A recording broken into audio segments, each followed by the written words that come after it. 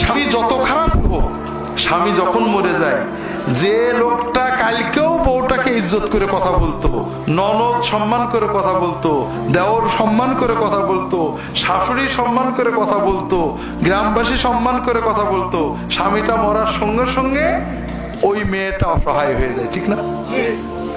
যে স্বামী স্ত্রীর জন্য খাটে, আয় করে, কেউ ওই বউটার খারাপ দৃষ্টিতে তাকালে লাফ মেরে যে পড়ে, সেই স্বামী কি করে এটা বউটা দেখে না, খালি কি করলো না এটাই চিন্তা করে। আমার স্বামী এই দিল না, তাই দিল না, তুমি কি করলে, তোমার কাছে কিছু পেলাম না। আল্লাহ রাসূল সাল্লাল্লাহু আলাইহি ওয়াসাল্লাম বলছেন, যে স্ত্রী স্বামীর অবদানের কথা মনে রাখে না, স্বামীর প্রতি কৃতজ্ঞতা তার নেই, সেই স্ত্রীর দিকে আল্লাহ তাকান না। ও যতই সবে বরাত করুক আর যতই সদকদর করুক, আল্লাহ তাকান না। আর স্বামীর দায়িত্ব হলো, বউ একটু বদমেজাজ করতে পারে, আল্লাহ তাআলা মেয়েদেরকে একটু আবেগ বেশি দিয়েছেন। আপনার ছেলের অসুখ, 2 মাসের 3 মাসের ছেলে, স্বামীরা বাবারা কি রাত জাগতে পারে? ঘুমায় পড়ে না? রাত কে জাগে? কে জাগে?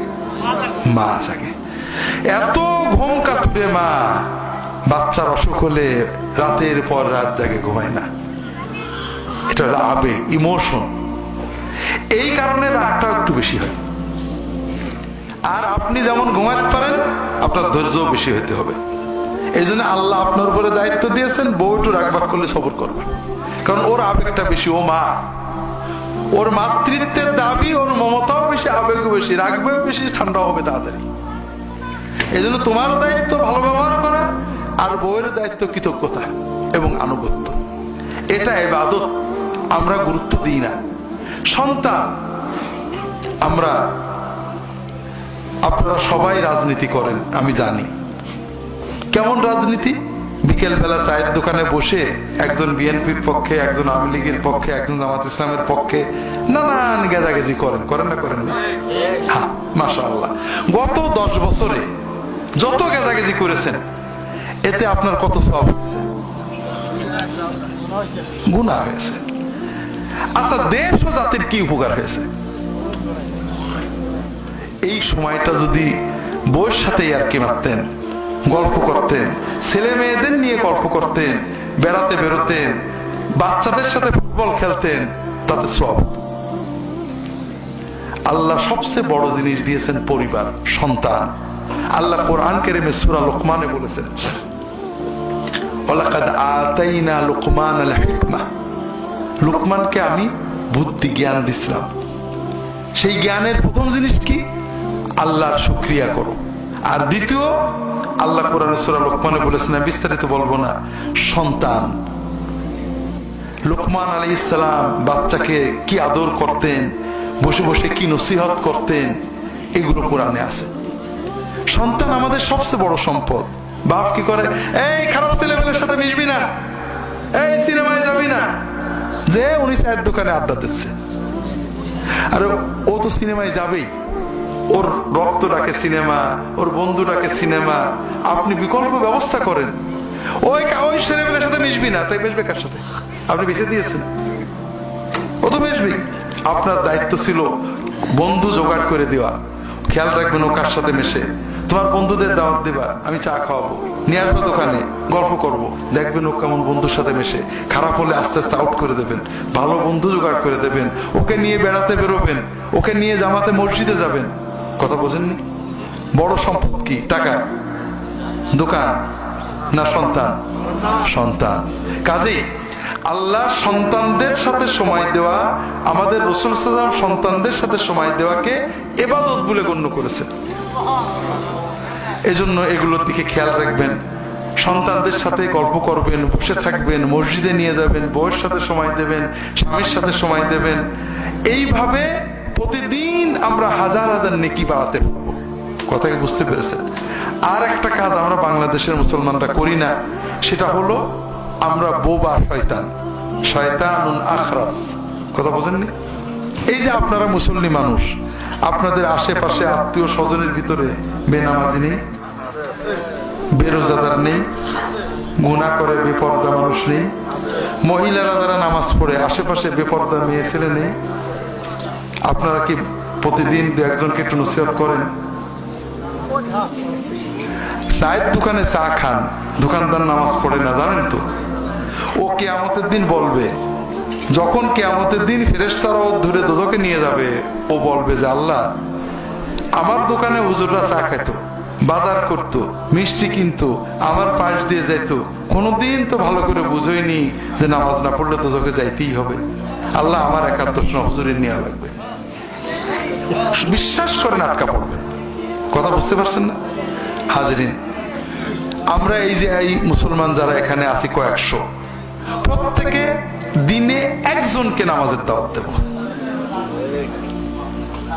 আমাদের কয় টাকা খরচ হবে? নামাজের দাওয়াত দিলে মারে এমন মুসলমান বাংলাদেশে আছে? হ্যাঁ, আমরা অন্যায় করি। এই তুই নামাজ পড়লে কেমন মুসলমান, নামাজ পড়। তখন ও রাগ করে, নামাজ না পড়লে কি ইমান ঠিক আছে? কারণ আপনি বলেছেন খারাপ করে। কথা বোঝেননি? আমাদের দেশে ইন্স্যুরেন্স কোম্পানি আছে না, ওর এজেন্টরা আছে না, আপনাদের কাছে যায় না? অনেক বুঝে, বুঝানোর পরে আপনি যখন এই বাদ দে সব চিটারি, ও কি গাল দেয় নাকি? রাগ করে? কেন করেন? ওর রাগ নেই? ওর রক্ত মাংসের মানুষ না? তো রাগ করে না কে? হ্যাঁ, ওর একটা ব্যবসা আছে। ও জানে তেল টেল মেরে কোন রকম আপনাকে ঢুকাতে পারলে ও কমিশন পাবে। আপনারও একটা ব্যবসা আছে, কার সাথে? কোন রকমে একজন মানুষকে যদি মসজিদে ঢুকাতে পারেন, ও জীবনে যত নেকামল করবে, ওর ওসিলায় জীবনে যত নেকামল হবে, কিয়ামত পর্যন্ত আপনি 100% কমিশন পাবেন। কাজেই আল্লাহর কাছে ফজরের নামাজ পড়ে কাইন্দে কেটে, আল্লাহ আজকে ওই কাস্টমারটা ধরবো, আল্লাহ তুমি দয়া করে আমার মাধ্যমে ওকে মসজিদে নেবে, আর কেউ যেন চান্স না পাই, আল্লাহ আমি ওকে মসজিদে নিয়ে আমি জান্নাতে যাব। দোয়া করে বেরোবেন, ওর ধরবেন, ও একবার না ধরলে ভাই একটু চল, একবারের জন্য চল, তোর আমি মসজিদে নিয়ে আমি আল্লাহর জান্নাতে যাব। দেখবেন ও চলে আসবে, জোকের মতো ধরবেন। যতই রাগ করো কিছু বলবেন না, আদর করে, কারণ আপনার বিজনেস আছে কার সাথে? হ্যাঁ, কমিশন এজেন্ট এত রাগ, কিন্তু ও বিজনেসের চিন্তায় রাগ করে না। আপনি রাগ করবেন না। যদি এক কথাই চলে আসে তাহলে সওয়াব বেশি না 5 বার গাল দিয়ে রাগ করে আসলে আপনার সওয়াব বেশি? কাজে আপনি খুশি হবেন, আলহামদুলিল্লাহ ভালো কাস্টমার পাইছে, সওয়াব পাইতেছে, ঠিক আছে না?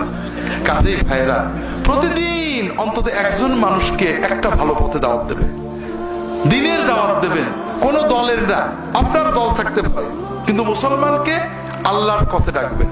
নামাজের কথা বলবেন, হালাল খাওয়ার কথা বলবেন, বউয়ের সাথে ভালো ব্যবহারের কথা বলবেন, স্বামীর সাথে ভালো ব্যবহারের কথা বলবেন, ছেলে মেয়েকে কোরআন শেখানোর কথা বলবেন, পর্দার কথা বলবেন, যেগুলো আল্লাহর কোরআনে নবীর হাদিসে স্পষ্ট, ওইগুলোর দাওয়াত দেবেন। এরপরে ও কোন দলে গেল যাক না কেন, সমস্যা আছে? দুনিয়ার কয়দিন আমরা জান্নাতে ইনশাআল্লাহ একসাথে থাকবো। আল্লাহ তাআলা সবাইকে তৌফিক দান করুন, আমিন। আমি আর আলোচনা করছি না, যে কথাগুলো বললাম জীবনে প্রতিফলিত করার চেষ্টা করেন। আল্লাহর দ্বীনের দাওয়াত এগুলো করবেন, পরিবারকে সুন্দর রাখার চেষ্টা করবেন।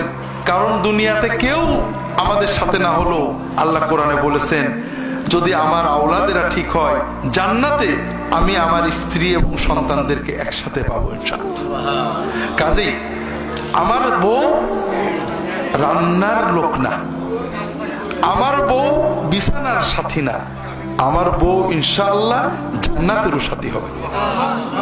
আমার স্বামী বাজারের লোক না, আমার স্বামী বিছানার সাথী না, শুধু আমার স্বামী ইনশাআল্লাহ জান্নাতের সাথী। সেইভাবে চলতে হবে। কথা বুঝতে পেরেছেন? আমার ছেলে মেয়ে দুনিয়ার চোখের শান্তি না, জান্নাতেও সাথে থাকবে, এই চিন্তায় চলতে হবে। আল্লাহ তৌফিক দান করুন, আমিন।